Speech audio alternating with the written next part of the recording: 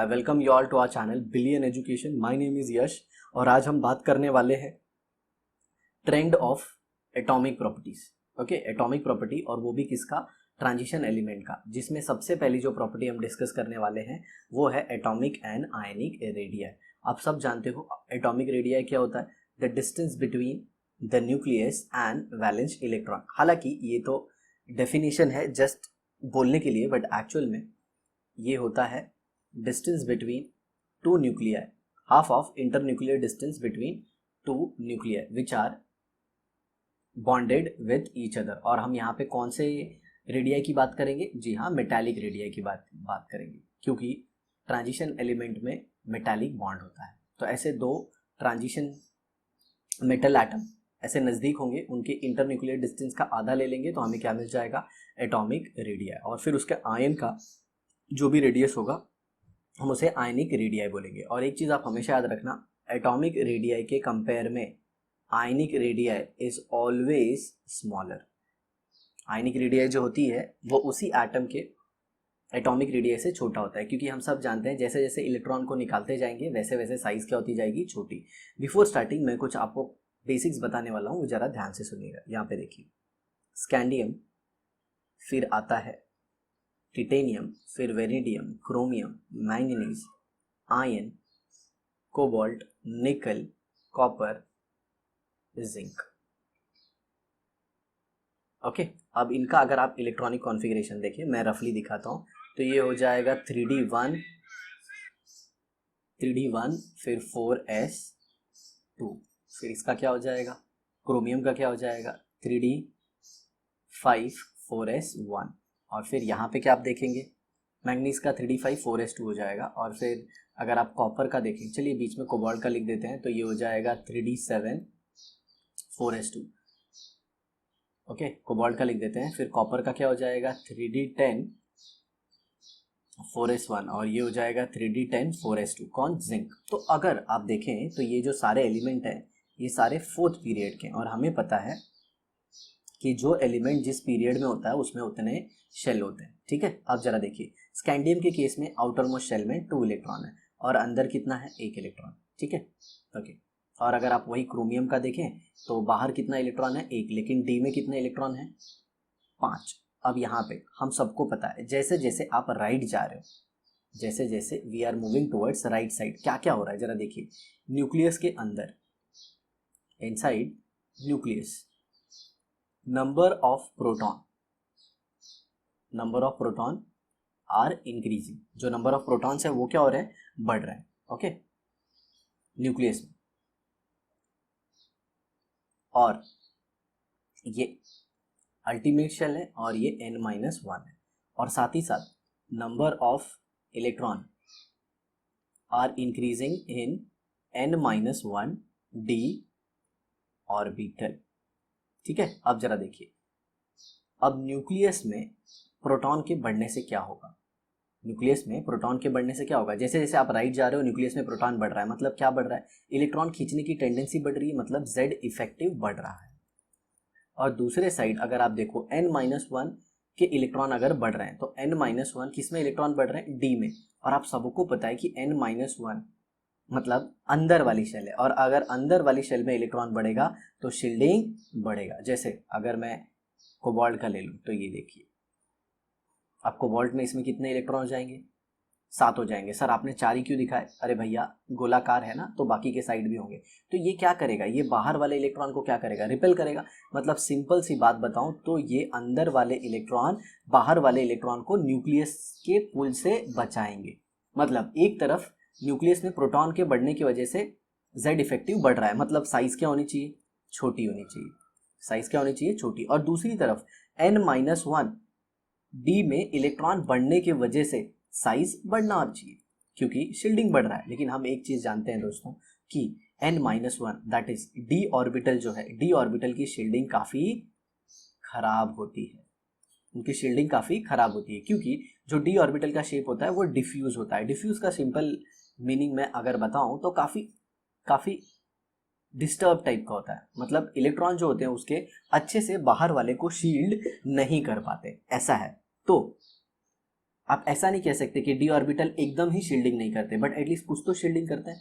तो अगर आप न्यूक्लियस के हिसाब से सोचें, जेड इफेक्टिव के हिसाब से सोचें, तो लेफ्ट टू राइट जाते हो क्या होना चाहिए, साइज छोटा होना चाहिए, राइट। लेकिन अगर शील्डिंग को देखें डी ऑर्बिटल के, तो उसके हिसाब से साइज क्या होना चाहिए था, बड़ा। तो ओवरऑल क्या मिलता है मैं अभी आपको वो बताने जा रहा हूँ, ठीक है। तो जरा ध्यान से सुनिएगा।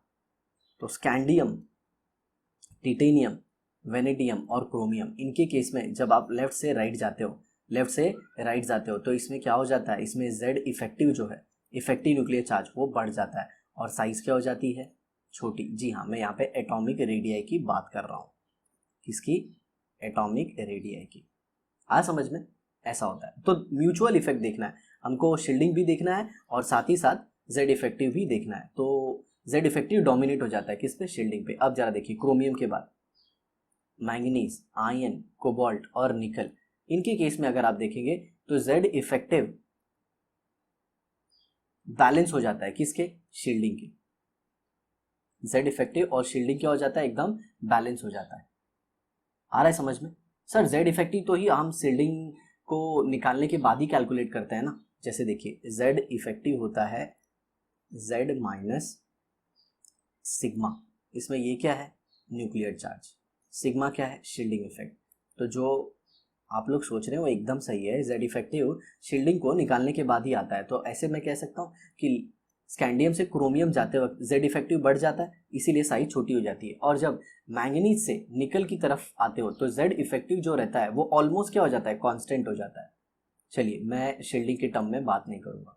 तो जेड इफेक्टिव ऑलमोस्ट क्या हो जाता है, कांस्टेंट, और जिसकी वजह से इनकी साइज ऑलमोस्ट क्या हो जाती है, सेम।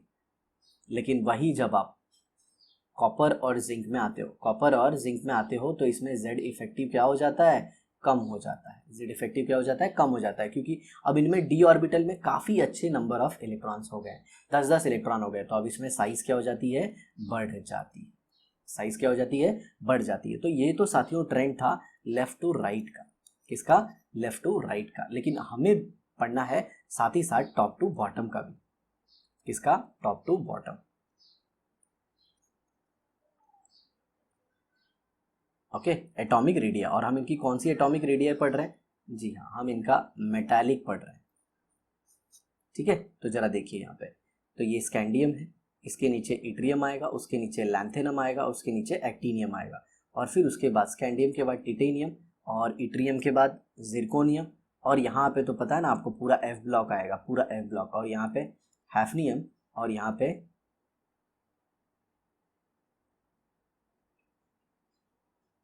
Rutherfordium, R F.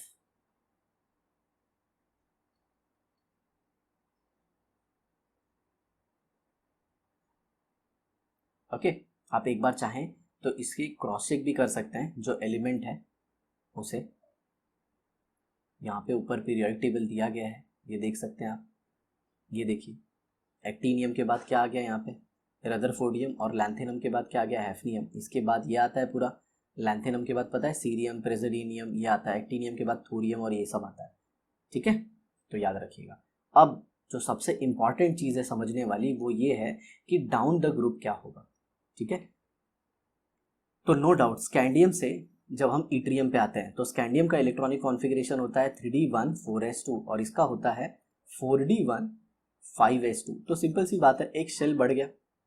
तो no doubt scandium that is 3d series के कंपेयर में 4d सीरीज का साइज जो होता है वो बड़ा होता है।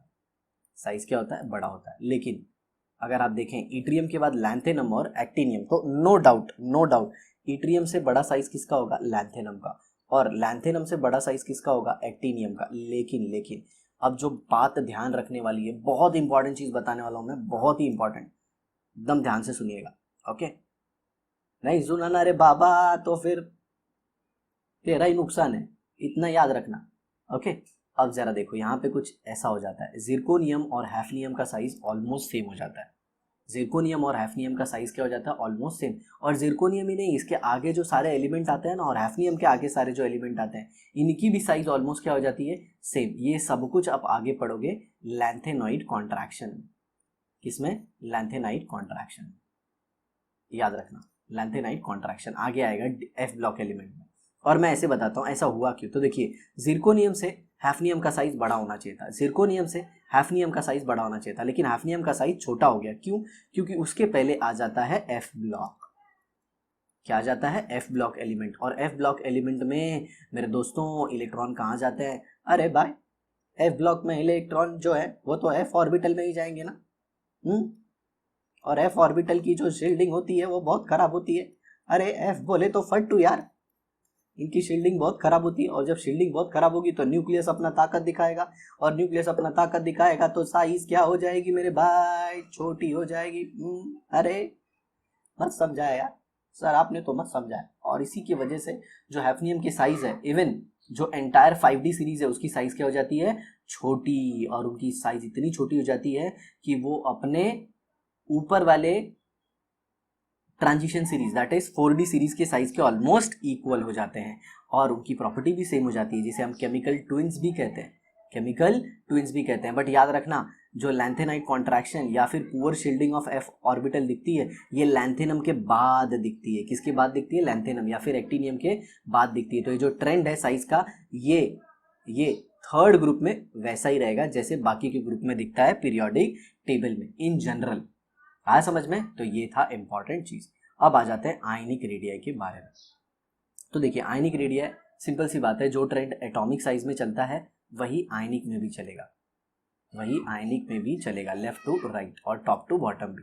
बट सिर्फ एक चीज आप हमेशा याद रखना, अगर कोई मेटल एम है तो उससे एम प्लस की साइज छोटी होगी, एम डबल प्लस की साइज और छोटी होगी, एम ट्रिपल प्लस की साइज और छोटी होगी। सर ऐसा क्यों? तो इसके पीछे रीजन जो है वो सिंपल सा है, that is shielding effect, that is shielding effect.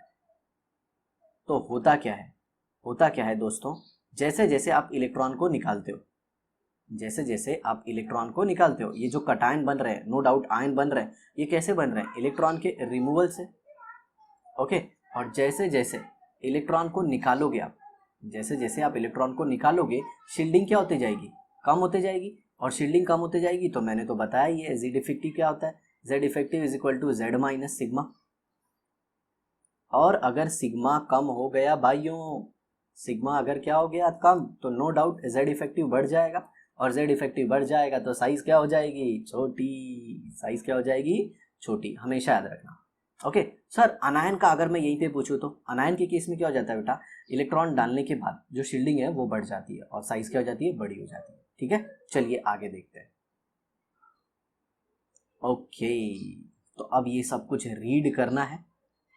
Okay, ये सब कुछ रीड करना है, ये सब आपके जिम्मे है, इसे रीड कीजिए। मैंने आपको जो निचोड़ है इसका पूरा वो दे दिया। अब थोड़ा सा आयनिक रेडिया की बात कर लेते हैं। Ionic radii of transition element show same trend as of the atomic radii. The element of first transition series show variable oxidation state.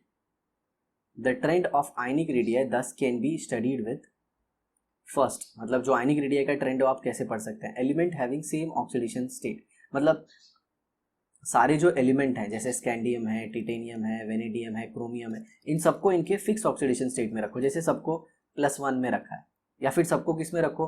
+2 में, और फिर इनमें कंपेयर करो। या फिर दूसरा तरीका क्या है? Considering various oxidation state of same element. या फिर आप ऐसे करो, जैसे क्रोमियम लिया है तो क्रोमियम प्लस है, क्रोमियम +2 है, क्रोमियम +3 है, क्रोमियम +4 है। तो ये तो मैंने आपको बता दिया है। ओके, ये सब कुछ तो मैंने आपको बता दिया इजीली। आया समझ में? अब देखिए, पहला, for the same oxidation state with an increase of nuclear charge a gradual decrease in ionic radii is observe. मतलब ये जो पहला तरीका था जिसमें आपने सबको क्या रखा था? सेम ऑक्सीडेशन स्टेट में। तो जैसे जैसे लेफ्ट टू राइट जाएंगे, साइज नो डाउट छोटी होगी। ओके, कंपेरेटिवली क्या होती जाएगी? छोटी हो जाएगी। मतलब जो ट्रेंड आपको नॉर्मल केस में देखा था न्यूट्रल एटम में, वही trend left to right ionic radii में भी दिखेगा। लेकिन याद रखना, सबका ऑक्सीडेशन स्टेट सेम होना चाहिए। The trend is pronounced for the divalent ions of the first transition series. मतलब डाइवैलेंट एनायन का इन्होंने बताया। तो देखो, क्रोमियम 82 पिकोमीटर था और कॉपर कितना है? 72 पिकोमीटर। मतलब सिंपल सी बात है, जब आप क्रोमियम से कॉपर पे गए तो साइज क्या हो गई? छोटी। क्योंकि सिंपल सी बात है, जेड इफेक्टिव क्या हो गया? बढ़ गया। हाँ समझ में? चलिए इधर देखते हैं। ये देखिए, तो यहाँ पे देख रहे हैं डेंसिटी का ट्रेंड। देखिए डेंसिटी, सर बीच में बहुत डेंसिटी आ गई है। हाँ, तो डेंसिटी क्या होता है? डेंसिटी होता है मास अपॉन वॉल्यूम। तो हर बार क्या वेरी हो रहा है? वॉल्यूम वेरी हो रहा है। वॉल्यूम वेरी होगा तो डेंसिटी भी क्या होगी? वेरी होगी। ओके, इसीलिए देखिए, बट इन जनरल अगर आप लेफ्ट टू राइट जाओ तो जो मास है वो डोमिनेटिंग फैक्टर होता है, तो डेंसिटी क्या हो जाएगी? बढ़ जाएगी। तो ये देखिए 8.7, 8.9, 8.9 ऐसा है। और ये देखिए एटॉमिक रेडियाई का ट्रेंड है, ये कितना बड़ा, फिर छोटा, फिर छोटा, छोटा छोटा छोटा छोटा छोटा होते जा रहा है। और फिर सडनली देखिए कॉपर और जिंक क्या हो गए? बड़े हो गए। बड़े क्यों हो गए? मैंने आपको बताया था कि इनके केस में जो इफेक्टिव न्यूक्लियर चार्ज होता है वो इतना ज़्यादा कम नहीं होता। लेकिन नो डाउट कॉपर और जिंक दोनों की साइज जो है, दोनों की साइज जो है, ओके, उसके कंपेयर में आयंस की जो साइज है वो तो छोटी ही होगी। ये देखिए 2 इलेक्ट्रॉन निकालने के बाद कितने छोटे हो गए। तो जो ट्रेंड इधर दिख रहा है वैसा ही ट्रेंड ऑलमोस्ट इधर दिख रहा है। अब इन लोग का m+2 क्यों नहीं है? क्योंकि ये +2 स्टेट में एग्जिस्ट ही नहीं होते। ओके, +2 स्टेट में एग्जिस्ट ही नहीं होते। और ये इनके +3 ऑक्सीडेशन स्टेट। सर इधर क्यों नहीं है? क्योंकि कॉपर +3 नहीं दिखाता और जिंक भी +3 नहीं दिखाता। तो सर क्या उसके 3 इलेक्ट्रॉन नहीं निकाल सकते? अरे 3 इलेक्ट्रॉन निकालने के लिए एनर्जी बहुत ज्यादा लगेगी। आओ, एनर्जी ज्यादा लगेगी, इसका मतलब वो 3 इलेक्ट्रॉन नहीं निकाल सकते। 3 इलेक्ट्रॉन निकालना पॉसिबल नहीं है। ऐसा क्यों? तो सिंपल सा इसके पीछे रीजन ये है कि हम 3 इलेक्ट्रॉन जिंक के और कॉपर के तो निकाल सकते हैं, लेकिन उसकी जो एनर्जी होगी वो बहुत ज्यादा होगी। समझ में आ रहा है? बहुत ही ज्यादा। और उसको पढ़ के कुछ मतलब नहीं है। अरे अच्छा है सर, पढ़ने का नहीं है, ढिक चिक्का ढिक, मजा आ गया सर। और ये देखिए ये आयनाइजेशन एंथैल्पी का ट्रेंड है। तो आयनाइजेशन एंथैल्पी का जो ट्रेंड होता है ना, काफी इर्रेगुलर होता है। देखिए काफी इर्रेगुलर है, देख रहे हैं आप, काफी इर्रेगुलर है। सर जिंक का और ये इन लोग का एंड में इतना ज्यादा क्यों है? जैसे कॉपर और जिंक, तो मैंने आपको बताया ना, जिंक और कॉपर के केस में इनका इलेक्ट्रॉनिक कॉन्फ़िगरेशन रिस्पॉन्सिबल है। इलेक्ट्रॉनिक कॉन्फ़िगरेशन मतलब जैसे कॉपर का अगर आप देखो तो वो आता है 3d10 4s1। तो d10 बहुत ज़्यादा स्टेबल है, 4s1 हाफ फील्ड है वो भी बहुत ज़्यादा स्टेबल है। और जिंक का अगर आप देखो तो 3d10 d10 कॉन्फ़िगरेशन है कम्प्लीटली फिल्ड, और 4s2 ये भी कम्प्लीटली फिल्ड, तो बहुत ज़्यादा स्टेबल है। इसीलिए इनका इलेक्ट्रॉन निकालना काफ़ी मुश्किल है, मतलब इसमें एनर्जी काफ़ी ज़्यादा लगती है और इसीलिए इनकी आयनाइजेशन एंथैल्पी ज़्यादा है। क्या होता है आयनाइजेशन एंथैल्पी? आयन बनाने के लिए लगने वाली energy, heat energy at constant pressure is called as ionisation enthalpy. आया समझ में?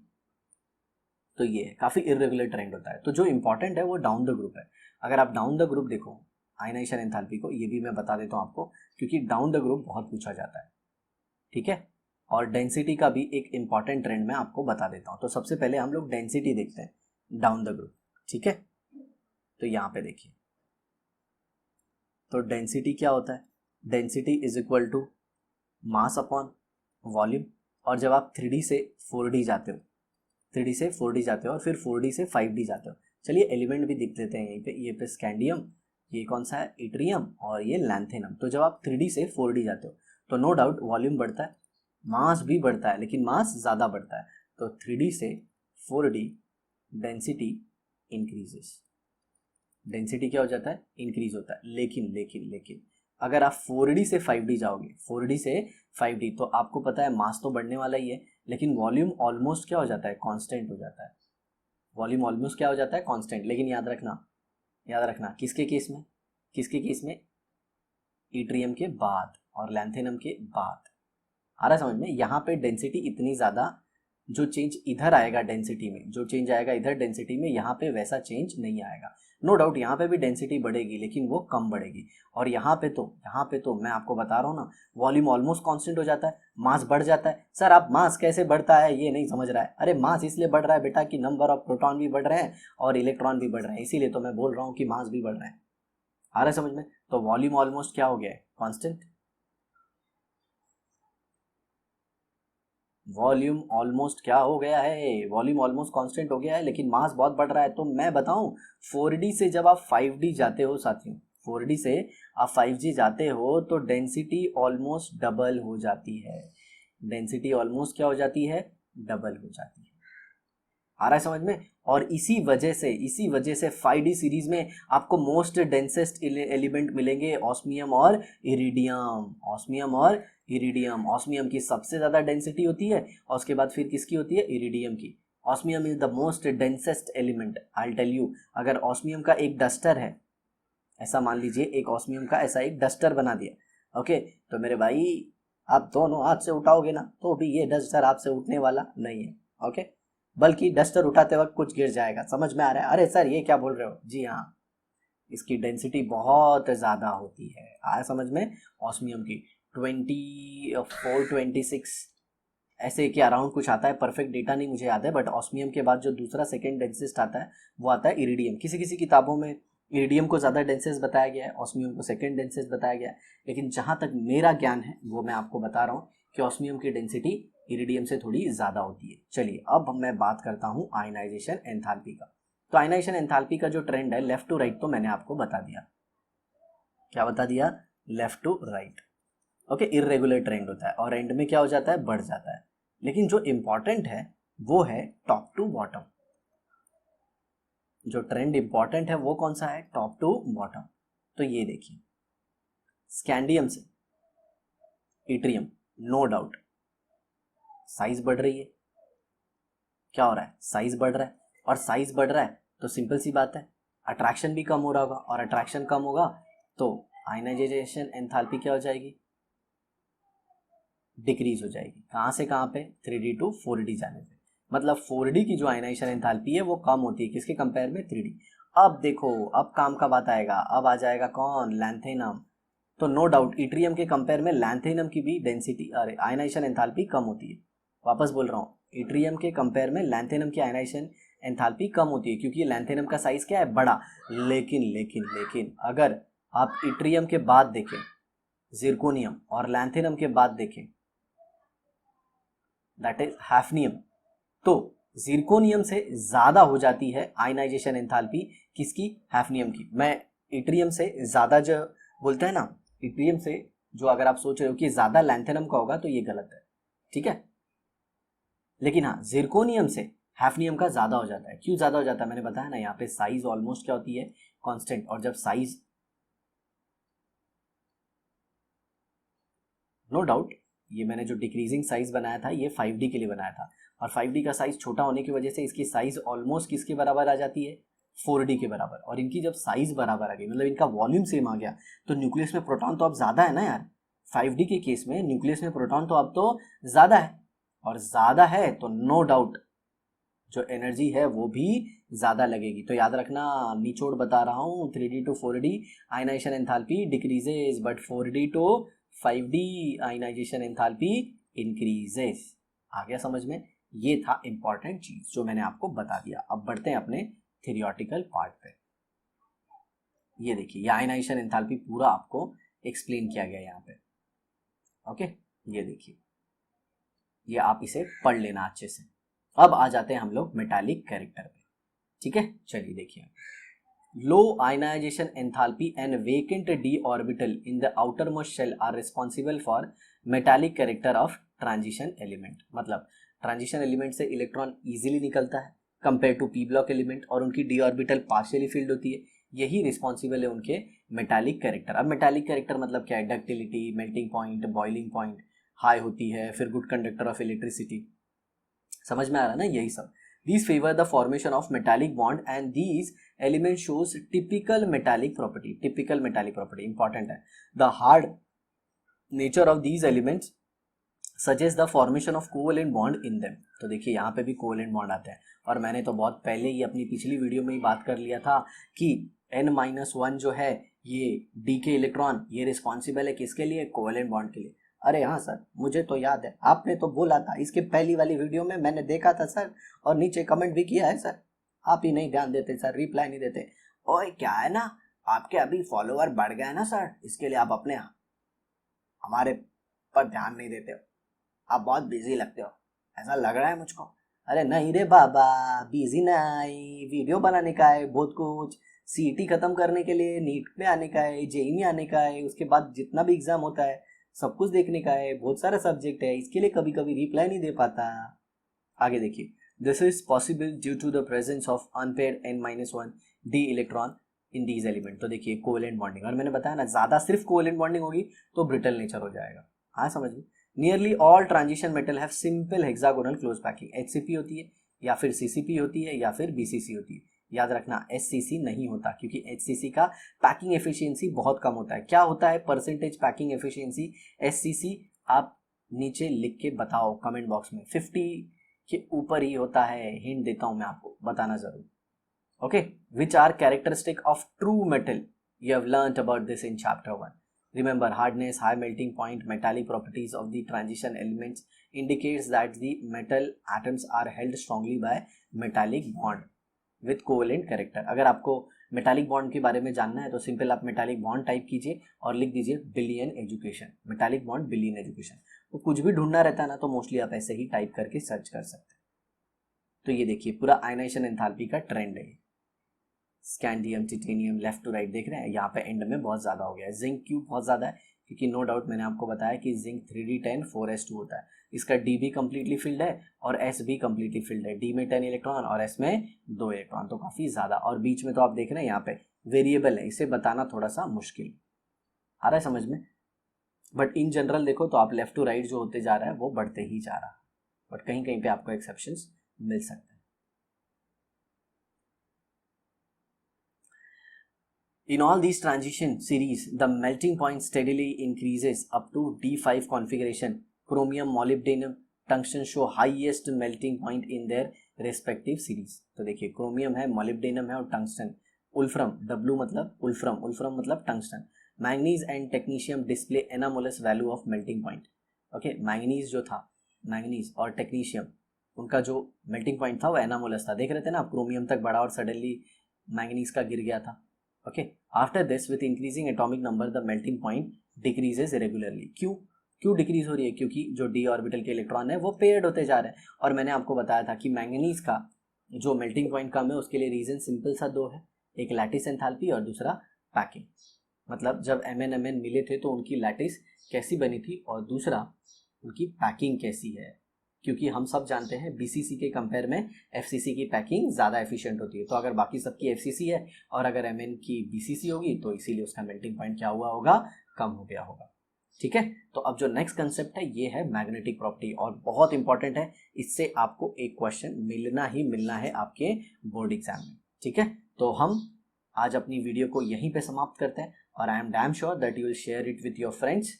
ओके, और अभी तक नहीं किया है तो करना स्टार्ट कर दीजिए।